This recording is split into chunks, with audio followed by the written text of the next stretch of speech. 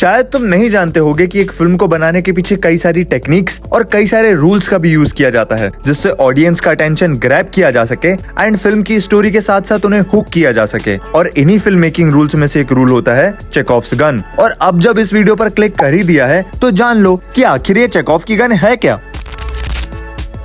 And welcome to सिनेपियस। जब भी किसी फिल्म में डायरेक्टर हमें अपनी स्टोरी के थ्रू कुछ भी दिखाता है या बताता है तो उस एलिमेंट का रोल नेसेसरी होना चाहिए फिल्म की स्टोरी में, और अगर नेसेसरी नहीं है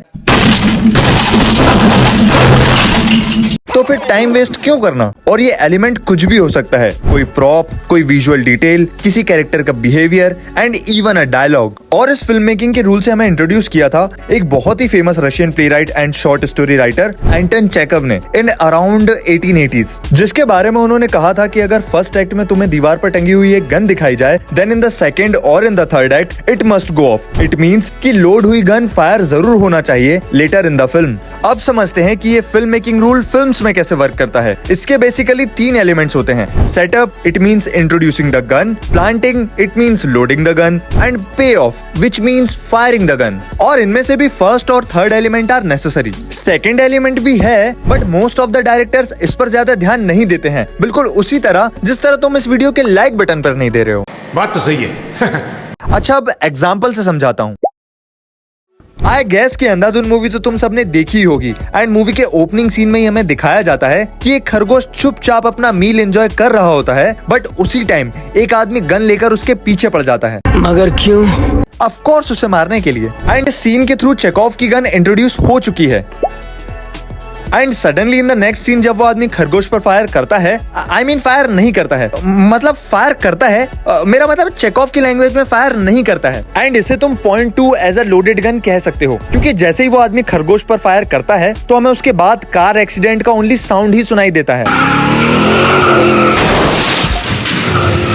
जो कि हमारे अंदर क्यूरियोसिटी क्रिएट करता है एंड सबकॉन्शियसली हमारे माइंड में थ्रू आउट द मूवी ये क्वेश्चन बना रहता है कि आखिर इस खरगोश का क्या सिग्निफिकेंस है। और अब हमारे सामने गन इंट्रोड्यूस हो चुकी है और लोड भी हो चुकी है। So now it's time to fire the gun, which means pay of.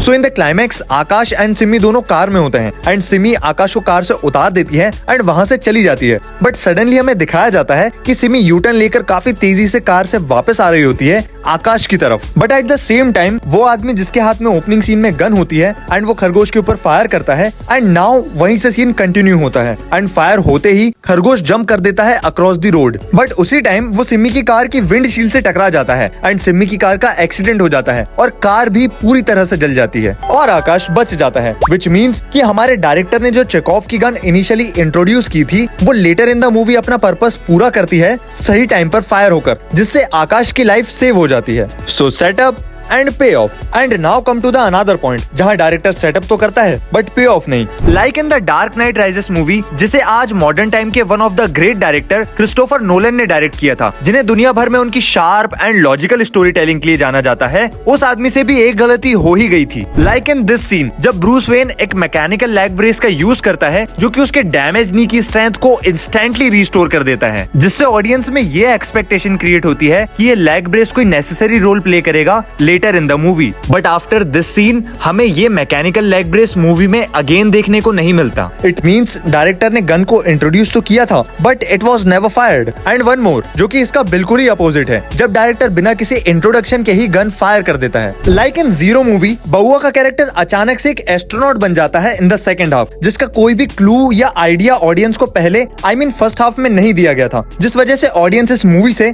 Specially second half से डिस्कनेक्ट फील करती है, बिकॉज यहाँ ऑडियंस को गन इंट्रोड्यूस किए बिना ही गन को फायर कर दिया गया था। और जब भी कोई डायरेक्टर चेकॉफ की गन को प्रॉपर्ली यूज नहीं करता तब हम फिल्म की स्टोरी से कनेक्शन फील नहीं कर पाते। और अगर किसी एलिमेंट को इंट्रोड्यूस किया जाता है एंड वो लेटर इन द फिल्म में यूज नहीं होता तो उससे गलत एंटिसिपेशन क्रिएट होता है एंड इन द एंड वो ऑडियंस को अनसेटिस्फाई कर देता है। तो बेसिकली चेकॉफ्स गन उस क्वेश्चन का आंसर है जो earlier in the film smartly तुम्हारे दिमाग में फीड किया जाता है बाय द डायरेक्टर। और क्योंकि अब तुम एंडिंग तक पहुंच चुके हो तो तुम सारे डॉट्स इजीली कनेक्ट कर पाते हो एंड डायरेक्टर के मोटिव को समझ पाते हो। So this was all about the Chekhov's gun. और ऐसी और भी कई सारी चीजें हैं जो कि फिल्म मेकिंग में नोइंगली और अननोइंगली मैटर करती है, जिन पर अपकमिंग वीडियोस में मैं और तुम डिस्कस करते रहेंगे।